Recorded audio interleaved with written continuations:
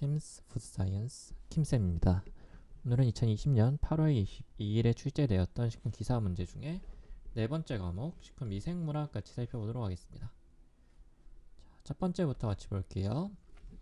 많이 나왔던 기출 문제입니다. 효모에 무성포자 그리고 무성생식 그리고 유성생식에 관련된 문제예요. 같이 한번 살펴보겠습니다. 효모는 무성생식을 하기도 하고요, 또는 유성생식을 하기도 합니다. 여러분 잘 알다시피 무성생식이라고 하는 건 핵융합이 없고요, 그리고 감수분열도 없죠. 우리가 일반적으로 생식이라고 하는 과정은 핵융합과 감수분열 과정을 포함하는데, 이거 없이도 생식을 할 수 있는 효모들이 있습니다. 그럼 어떤 방식으로 하냐?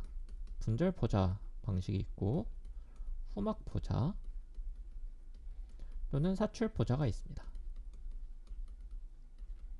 분, 후, 사, 이 세 가지 포자의 경우엔 무성생식을 할 수 있는 효모로 알려져 있고요. 유성생식의 경우에는 반대로 핵융합이 있고 감수분열의 과정을 거쳐서 이 과정을 포함해서 생식을 하는 걸 우린 유성생식이라고 부릅니다. 대표적으로 난포자가 있고 접합포자, 잔항포자, 그리고 담자포자가 있습니다. 자, 이렇게 기본적으로 생각을 하시면 되는데, 여기 없는 것들도 있네. 위접합이라고 하는 건 뭔가요? 위접합은 접합과 비슷한 거로 생각하시면 됩니다. 접합은 아닌데 가짜 접합이라고 생각하시면 돼서 세포 융합이 없습니다. 세포 융합 없이 적합하는 것을 위접합이라고 부릅니다. 자, 따라서 무성포자에 해당이 되겠죠. 맞고. 자, 두 번째로는 접합인데 이태접합이래요. 이 접합은 두 가지 종류가 있습니다. 동태접합이 있고요, 이태접합이 있어요. 동태라고 하는 건 같은 크기나 형상을 가지고 있는 세포끼리 접합하는 걸 의미하고요. 이태접합은 다른 크기나 형태를 가진 세포끼리 접합하는 걸 의미해요. 세포끼리 접합을 해서 잔항을 형성하고 생식을 하기 때문에 무성생식 아니고요, 유성생식에 해당이 되겠습니다. 단위생식이라고 하는 건 수정하지 않고 생식하는 거기 때문에 무성포자에 해당이 되고요. 사출포자라고 하는 건 분후 사 중에 하나죠. 사출포자 무성생식에 해당이 됩니다. 정답은 이번에 나온 이태접합이 되겠습니다. 이어지는 문제는 버섯에 대해서 물어보고 있네요. 버섯은 우리가 균류 중에 눈으로 식별할 수 있는 자실체를 형성하는 걸 버섯이라고 부릅니다. 전에는 우리가 이 버섯을 식물로 생각을 했는데, 이게 식물이 아니고 균에 속하는 균류구나, 균류 중에서도 담자균류에 속한다라는 걸 확인하고 이렇게 분류하도록 변경이 되었습니다. 따라서 지금 버섯은 분류학적으로 담자균류에 속합니다. 이 버섯은 유성생식도 가능하고요, 특징이 우리 아까 살펴본 유성생식도 가능하고 무성생식도 모두 가능하다는 특징을 가지고 있습니다.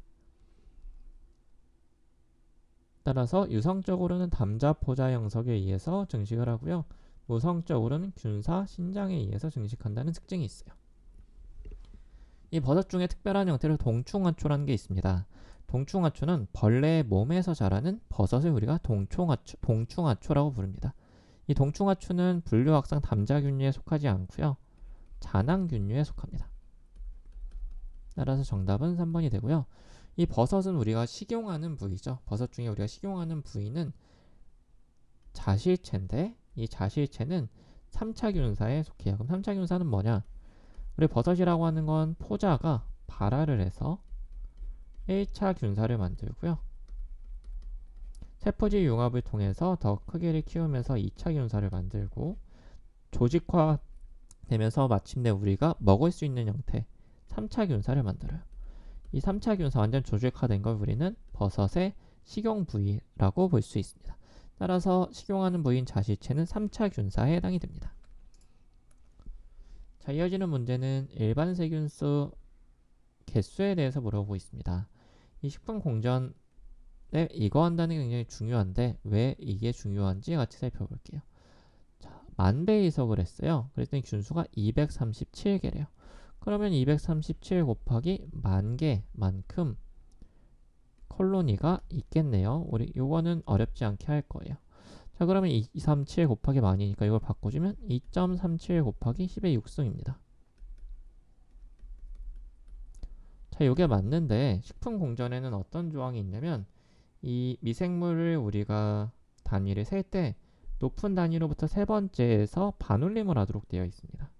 자, 따라서 정확히는 2.37이지만 세 번째에서 반올림해서 유효 숫자를 두 개만 나타내고 그 아래는 0으로 나타내게 되어 있어요. 따라서 여기서 반올림하니까 2.4 곱하기 10의 6승이 되겠습니다.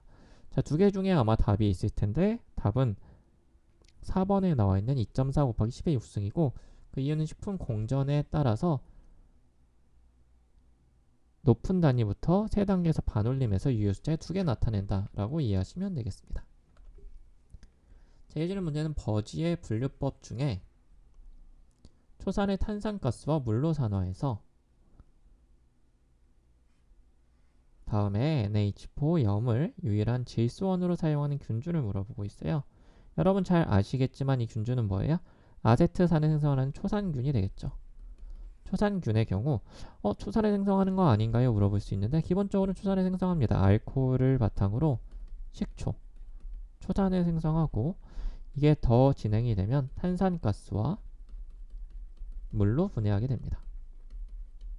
그런데 이 버지에 따라 초산균을 분류하면 기본적으로 이러한 균을 아세토박토 아세티라고 부르고요. 초산균이라고 부르고 같이 기억하시면 좋을 게 초산에 산화하지 않고 암갈색의 색소를 내는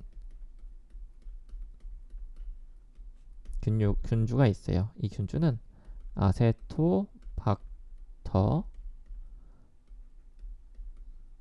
멜라노제늄이라고 하는 균주가 있습니다. 이거는 초산 생성하지 않고요. 암갈색 생소 멜라노를 같이 암갈색과 멜라노를 같이 기억해 주시면 나중에 관련된 문제를 풀 때 어렵지 않게 풀 수 있을 것 같습니다. 초산균은 아세토박터 아세티가 되겠습니다. 자, 이어지는 문제는 진핵세포의 특징을 물어보고 있어요. 우리 세균을 원핵세포라고 생각을 할 수 있죠. 세균은 원핵세포를 가지고 있죠. 반면에 사람, 동물 경우엔 진핵세포를 가지고 있어요. 그럼 이 원핵세포와 진핵세포의 차이는 뭐냐를 물어보는 내용이죠. 여러 가지 차이가 있는데 가장 대표적으로는 진핵세포는 이 안에 DNA가 핵막으로 분리되어 있죠. 반면에 원핵세포에는 따로 분리되지 않습니다. 핵막이 존재하지 않느냐가 중요하고요. 이 DNA가 어떤 단백질과 연결되어 있으면 그건 진핵세포의 어떤 단백질이죠? 우리가 보통 히스톤 단백질이라고 하는 걸 이렇게 DNA가 감싸고 있는 건 진핵세포고요. 히스톤 단백질이 없는 게 원핵세포입니다. 자, 따라서 진핵세포의 특징은 뭐예요? 염색체 구조에 히스톤을 가지고 있죠. 따라서 정답은 4번이 되겠습니다. 1번부터 보시면 핵막에 의해서 세포지가 격리되어 있고요. 또한 진핵세포는 세포 소기관이 존재해요. 대표적으로 미토콘드리아와 같은 소기관이 존재하고 세포 골격을 가지고 있다는 특징이 있습니다. 정답은 4번 히스톤을 가지고 있는 게 진핵세포의 특징이기 때문에 4번이 되겠습니다. 자, 이런 문제는 글루코즈를 우리가 대사할 수 있는 방법이 여러 가지가 있는데 이 중에서 NADPH를 주로 생성하는 경로를 물어보고 있어요. 여러분이 가장 잘 알고 있는 경로는 뭐예요? 글라이콜라이시스죠. 글루코즈를 분해해서 나중에 파이루베이트를 생성하는 게 글라이콜라이시스인데 이 글라이콜라이시스는 뭐와 같은 말이에요? 우리가 알고 있는 대표적인 경로는 EMP 경로입니다. 이게 바로 글루코즈를 파이루베이트로 만들어주는 경로고 NADPH가 주로 생성되진 않죠. 자, 두 번째로 나와 있는 HMP 경로라는 건 뭔가요? HMP 경로는 헥소우즈 모노 포스페이트 경로입니다. 이게 뭐냐면 우리 전에 생학 시간에 어떤 걸 배웠냐면 탄소가 6개인 당을 가지고 탄소가 5개인 당을 막 여러 개 만들었어요. 이렇게 많이 만드는 이유는 NADPH를 많이 만들기 위해서였습니다. 이 경로가 뭐였죠? 5 탄당 인산 경로였어요. 이게 바로 HMP 경로입니다. 정답은 2번이 되겠고 TCA 사이클은 너무 잘 알고 있죠. 우리 글루코즈 글라이콜라이시스에서 TCA 사이클을 많이 배웠어요. TCA 사이클은 우리가 주로 에너지를 생성할 때 많이 돌리는 회로였습니다. ATP를 많이 생성했었고, 글라이코옥실레이트 회로는 글루코옥실레이트 회로라고 되어 있는데 아마 글라이옥실레이트 회로가 될 것 같습니다. 이거는 NADPH가 주로 생성하는 회로는 아니었습니다. 정답은 2번이 되겠습니다. 자, 이어지는 문제는 우리가 세포를 융합하려고 해요. 세포와 세포를 융합해서 이 안에서 어떤 재조합체를 생성해서 이거를 분리해서 사용한다라고 가정을 합니다. 이 경우에 어떻게 실험을 할 수 있는가 하고 물어보고 있어요. 가장 먼저 해야 될 건 이 세포를 프로토플라스트화 만들어야 합니다. 도대체 세포의 프로토플라스트화가 무엇인가요? 라고 물어볼 수 있겠죠. 프로토플라스트라고 하는 건 이 세포의 세포벽을 제거해 주는 거예요. 우리가 세포를 퓨전, 융합하려고 하는데 세포벽이 있으면 퓨전이 되기 어렵겠죠. 따라서 세포벽을 제거해서 흐물흐물한 상태, 퓨전이 가능한 상태로 만들어주는 게 바로 프로토플라스트화입니다. 이게 첫 번째 단계고요. 이렇게 세포벽을 제거하고 흐물흐물하게 만들어졌으면 이걸 융합해야겠죠. 융합한 다음에 융합된 거를 다시 재생해서 만들어줘야 되고 그 안에서 재조합체를 선택해서 분리해줘야 됩니다. 재조합이 된 것만 분리해줘야 되죠. 왜냐하면 이렇게 재조합을 시킨다고 100% 확률로 다 되는 게 아니기 때문에 나중에 이걸 선별, 분리해주는 과정이 필요합니다. 첫 번째 단계만 잘 기억해도 어렵지 않게 풀 수 있는 문제였습니다. 프로토플라스트화가 무엇인지 잘 기억해 주시기 바랍니다. 자, 이어지는 문제를 같이 볼게요. 이어지는 문제는 어렵지 않았습니다. 어떤 걸 물어보는 문제냐면 살균과 멸균의 차이를 물어보는 문제예요. 살균은 뭐고 멸균은 뭐죠? 여러분 혼용해서 많이 사용을 하지만 살균은 영양세포를 주로 사멸시켜서 우리가 유통 가능하게 만드는 걸 살균이라고 부릅니다. 따라서 시중엔 살균 제품이 많이 있죠. 살균 제품은 유통기한이 엄청 길진 않아요. 우유를 살균시킨 게 뭐 2달, 3달 놓고 먹을 수는 없겠죠. 근데 어떤 우유를 멸균시켰을 경우에는 어때요? 멸균시킨다는 건 뭐죠? 영양세포뿐만 아니고 포자를 사멸시키는 거예요. 포자가 뭔지는 너무 잘 알고 계시죠? 포자까지 사멸시키기 때문에 온도가 훨씬 더 높습니다. 경우에 따라서는 압력을 가하기도 하고요. 이렇게 완전히 무균 상태로 만드는 게 멸균이고, 멸균 식품은 굉장히 오랫동안 상온에 놓고 우리가 먹을 수 있습니다. 따라서 멸균과 살균을 잘 구분하시면 좋을 것 같고 정답은 멸균이 되겠습니다. 자, 이어지는 문제는 하면 발효 맥주 효모를 물어보고 있어요. 우리 맥주는 어떤 효모에 의해서 발효가 되죠. 근데 이 맥주가 어떻게 발효되느냐에 따라서 하면 발효가 있고요. 상면 발효가 있습니다. 자, 이름에서 알 수 있다시피 하면 발효는 아래쪽, 아래에서 발효가 일어나는 것을 하면 발효라고 부르고요. 상면 발효는 이 발효액의 위쪽에서 발효가 일어나는 것을 의미합니다. 우리가 잘 알고 있는 사카로마이시스 세레비지에는 대표적인 상면 발효입니다. 상면 발효에 해당이 되고, 자, 여러분들이 좋아하는 맥주네요. 칼스버그 젠시스는 대표적인 하면 발효의 맥주 효모가 되겠습니다. 따라서 맛이 조금씩 다르죠. 하면 발효를 했냐 상면 발효를 했냐에 따라서 정답은 3번 칼스버그 젠시스가 하면 발효 맥주 효모에 해당이 되겠습니다. 자, 이어지는 문제는 굉장히 많이 사용되는 곰팡이입니다. 우리가 발효에 많이 사용되는 곰팡이인 아스퍼질러스 속에 속하는 곰팡이에 대해서 여러 가지로 설명을 해주고 그 안에서 각각의 미생물들이 어떤 특징을 갖고 있나 물어보고 있습니다. 여러분들이 잘 알고 있는 건 뭐예요? 아스퍼질러스 오라이제입니다. 아스퍼질러스 오라이제는 어떤 곰팡이요? 누룩 곰팡이. 우리가 발효에 많이 사용하는 곰팡이죠. 이 아스퍼질러스 오라이제는 우리가 주류 또는 장류를 만들 때 사용하는 곰팡이로 당화를 많이 시키고요. 그리고 단백질을 잘 분해합니다. 단백질 분해력이 높아요. 따라서 맞는 설명이고요. 두 번째로 나와 있는 아스퍼질러스 글라우커스라고 하는 미생물은 백색 집락을 이룬다. 그리고 오크라톡신을 생산한다 라고 되어 있는데 여러분들이 아마 여기에서 정답을 많이 골랐을 거예요. 오크라톡신 생성하는 미생물은 뭐였어요? 아스퍼질러스 맞는데 오크라시오스라고 하는 종이 오크라톡신을 생성했죠. 또한 이 아스퍼질러스 글라우커스라고 하는 건 백색 집락 형성하지 않고요. 청록색 또는 녹색 또는 황색의 집락을 형성한다고 알려져 있습니다. 정답은 2번이 되겠고, 아스퍼질러스 나이거의 경우에 검정 곰팡이로 알려져 있죠. 흑급균이 맞고요. 아스퍼질러스 플라버스는 뭐예요? 아플라톡신 생산하는 균주였죠. 이거는 여러분 어렵지 않게 기억을 했을 겁니다. 정답은 2번이 되겠습니다. 오크라톡신은 오크라시오스라고 하는 미생물에 의해서 생성이 되었습니다. 자, 이어지는 문제는 젖산 발효에 대해서 물어보고 있네요. 젖산 발효는 어떤 발효였어요? 우리가 당을 비혐기적인 상태가 아니죠. 혐기적인 상태. 그러니까 산소가 없는 상태에서 발효시켜서 분해했을 때로 생각하시면 되고, 우리가 뭐할 때 젖산이 많이 생성이 돼요? 근육 운동 생각하시면 됩니다. 근육 운동은 호기 운동이에요? 유산소 운동이에요? 아니죠. 산소가 없는 상태에서 갑자기 힘을 줘서 발효를 시키는 거죠. 따라서 네 가지 보기를 같이 보시면 젖산 발효는 젖산균이나 라이조프스와 같은 곰팡이가 젖산을 생성하는 발효 과정 맞고요. 이 생성되는 젖산은 L형이 있고 D형이 있고 DL형이 있는데, 이 DL형은 베이스 메이즈라는 효소에 의해서 만들어진다라고 알려져 있고, 이 젖산균이 당으로부터 젖산을 생성하는 건 호모와 헤테로형이 있습니다.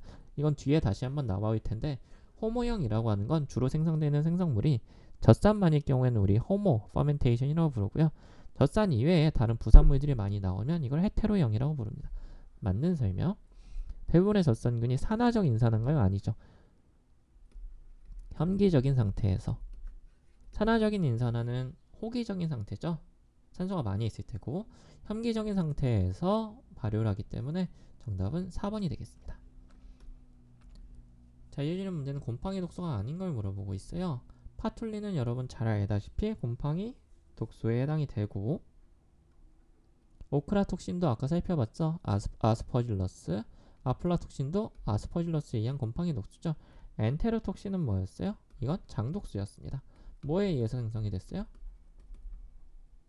이콜라이를 생성할 수 있고요. 대표적으로는 뭐가 생성을 했었죠? 포도상구균, 황색 포도상유군, 스테필로코커스 오리우스가 생성하는 독소가 장독소 엔테로톡신에 해당이 됐습니다. 곰팡이 독소 아니죠? 세균이 내는 독소였습니다. 정답은 3번입니다. 자, 이어지는 문제는 대장균 이콜라이에 대해서 물어보고 있어요. 이콜라이는 그럼 음성인가요? 그럼 양성인가요? 그럼 음성입니다. 그럼 음성이에요. 간균이 맞나요? 간균은 막대 모양의 균이었죠? 간균 맞아요. 그럼 음성 간균이기 때문에 정답은 1번이고, 사람이나 동물의 장내에서 일반적으로 발견하기 때문에 우리가 이걸 지표 미생물로 사용을 하죠. 젖당을 발효해서 산화가스 생성을 하고요. 그리고 앞서 말씀드렸듯이 분변 오염, 그러니까 분변으로부터 오염됐는지 지표로 사용되는 지표 미생물에 해당이 됩니다. 자, 이어지는 문제는 파지에 대해서 물어보고 있어요. 파지는 어떤 거였어요? 바이러스 중 하나였죠. 바이러스는 어떤 특징이 있어요? 캡시드라고 하는 단백질 외곽을 가지고 있고요. 그 안에 DNA 또는 RNA를 유전 물질로 가지고 있습니다. 자, 근데 외곽 내에 DNA와 RNA를 모두 가지고 있나요? 그렇진 않죠. DNA 또는 RNA를 유전 물질로 가지고 있습니다. 따라서 정답은 1번이고, 이 파지가 여러 종류가 있는데 이 중에 세균을 숙주로 증식하는 것을 우리는 박테리오 파지라고 부릅니다. 박테리아를 숙주로 증식한다라고 생각하시면 되고, 이 파지는 또한 두 가지 종류가 있습니다. 독성 파지가 있고요. 용원 파지가 있습니다. 라이틱 파지가 있고 라이소제닉 파지가 있죠. 독성 파지라고 하는 건 용균을 통해서 파지를 방출하는 것을 의미하고, 용원 파지라고 하는 건 세포의 일부가 돼서 우선 증식을 한 뒤에 나중에 세균을 깨고 나오는 걸 용원 파지라고 부릅니다. 따라서 3번, 4번은 맞는 설명이 되겠습니다. 자, 이어지는 문제는 에임즈 테스트에 대해서 물어보고 있어요. 에임즈 테스트 여러분 교과서에서 한번 좀 배웠을 거예요. 에임즈 테스트는 어떤 배지에 항생 물질을 떨어뜨려 놓고 또는 발암 물질을 떨어뜨려 놓고 발암성이 얼마나 있는지 확인하는 거였죠. 근데 어떻게 확인했어요? 일단 세균이 여기 자랄 수 없게 만들어요. 자랄 수 없게 만들어 놓고 이게 발암 물질이 있으면 다시 돌아오겠죠. 자랄 수 있게 돌아온다. 돌아오는 정도를 확인하는 거예요. 만약 이게 발암성이 크면 돌아오는 정도가 많기 때문에 세균이 이렇게 자랄 수 있습니다. 원래 못 자라야 되는데 뮤테이션이 됐기 때문에 자랄 수 있는 거예요. 그러면 다시 돌아왔네요. 돌아오는 뮤테이션이기 때문에 어떤 뮤테이션이 되겠어요? 백. 원래대로 돌아오는 역돌연변이 정도를 측정하는 겁니다. 정답은 1번 백 뮤테이션 역돌연변이가 되겠습니다. 자, 이어지는 문제는 유성포자 물어보고 있네요. 우리 앞서 첫 번째 문제에서 같이 살펴봤죠. 무성포자는 뭐 있었어요? 분절포자가 있었고 후막포자, 사출포자가 있었죠. 자, 세 번째 나와 있는 후막포자는 뭐였어요?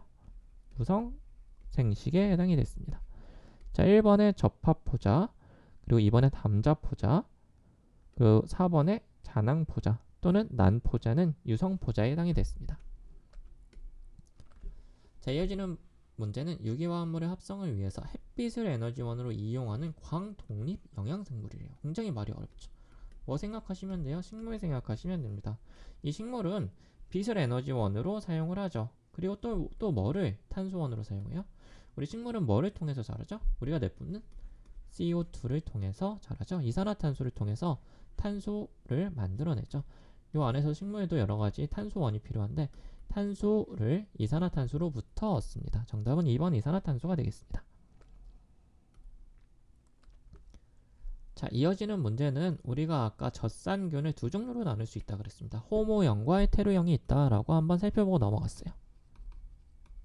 자, 이 중에서 호모 퍼멘테이티브 락틱 엑시드 바테리아 정상 발효 젖산균에 대해서 물어보고 있어요. 정상이라고 하는 건 어떤 의미냐면 발효를 했을 때 주로 생성되는 물질이 젖산이면 정상이라고 부릅니다. 근데 이 젖산 외에 부산물을 생성할 수도 있어요. 부산물을 우리가 영어로 바이 프로덕트라고 부르죠. 부산물이 나오면 우리 이걸 헤테로라고 불러요. 자, 그럼 설명을 옳은 것은 무엇일까요? 포도당을 분해해서 젖산만을 주로 생성하면 우린 이걸 호모 퍼멘테이션이라고 부릅니다. 정답은 1번이고 젖산과 탄산가스를 내거나 다른 물질을 부산물로 생성하면 이건 다 헤테로에 해당이 되겠습니다. 헤테로는 우리말로 이형 발효라고 부릅니다. 자, 이어지는 문제는 산막효모를 물어보고 있어요. 산막효모는 발효액의 표면에 피막을 형성하는 거죠. 피막을 표면에 형성하는 것을 산막효모라고 부릅니다. 산막효모를 생성하는 산막효모의 대표적인 예는 뭐가 있어요? 자이고, 사카로, 마이시스라고 하는 효모가 있죠. 이게 산막효모의 대표적인 예인데 앞서 이야기 드렸듯이 발효액의 내부가 아니고 표면에서 발육한다는 특징이 있습니다. 산소를 요구하고 산화력이 강하고요. 피막을 형성하는데 발효액의 내부 아니고 표면에서 발육하게 됩니다. 자, 마지막 문제는 조류 LG에 대해서 물어보고 있습니다. 자, 이 조류는 여러 가지 종류가 있습니다. 홍조류, 남조류가 있고 갈조류도 있죠. 자, 이 조류는 어떤 특징이 있냐면 광합성을 합니다.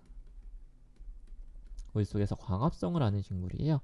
특히 홍조류는 엽록체가 있어서 광합성 작용을 하는 게 맞습니다. 정답은 1번이 되고 남조류, 자, 여러 가지 조류가 있는데 대부분의 조류는 진핵생물에 해당이 돼요. 근데 특이하게 남조류는 진핵생물이 아니고 원핵생물에 속하게 됩니다. 따라서 틀린 설명. 클로렐라는 뭐예요? 여러분들이 어떤 오염된 호수 같은 데 보면 많이 볼 수 있는 게 바로 클로렐라죠. 오염된 호수 같은 데 보면 어떤 조류가 많이 있어요? 녹색이 많이 있죠. 녹조류가 많이 있습니다. 녹조류의 일부가 되고요. 녹조류 아니고 남조류입니다. 남조류의 일종이기 때문에 틀린 설명이고, 그리고 4번 우뭇가사리랑 김은 갈조류에 해당되지 않고 홍조류에 해당이 됩니다. 약간 붉은 빛이 띄고 있죠. 정답은 1번 홍조류는 엽록체가 있어 광합성 작용을 하게 됩니다. 자, 이렇게 2020년 8월 22일에 출제되었던 식품 기사 문제 중에 식품 미생물학 부분 같이 살펴보았습니다. 혹시 설명이 조금 미진했거나 추가적으로 설명이 필요한 부분이 있으면 언제든지 댓글이나 메일로 문의해 주시기 바랍니다. 오늘은 여기까지 하겠습니다.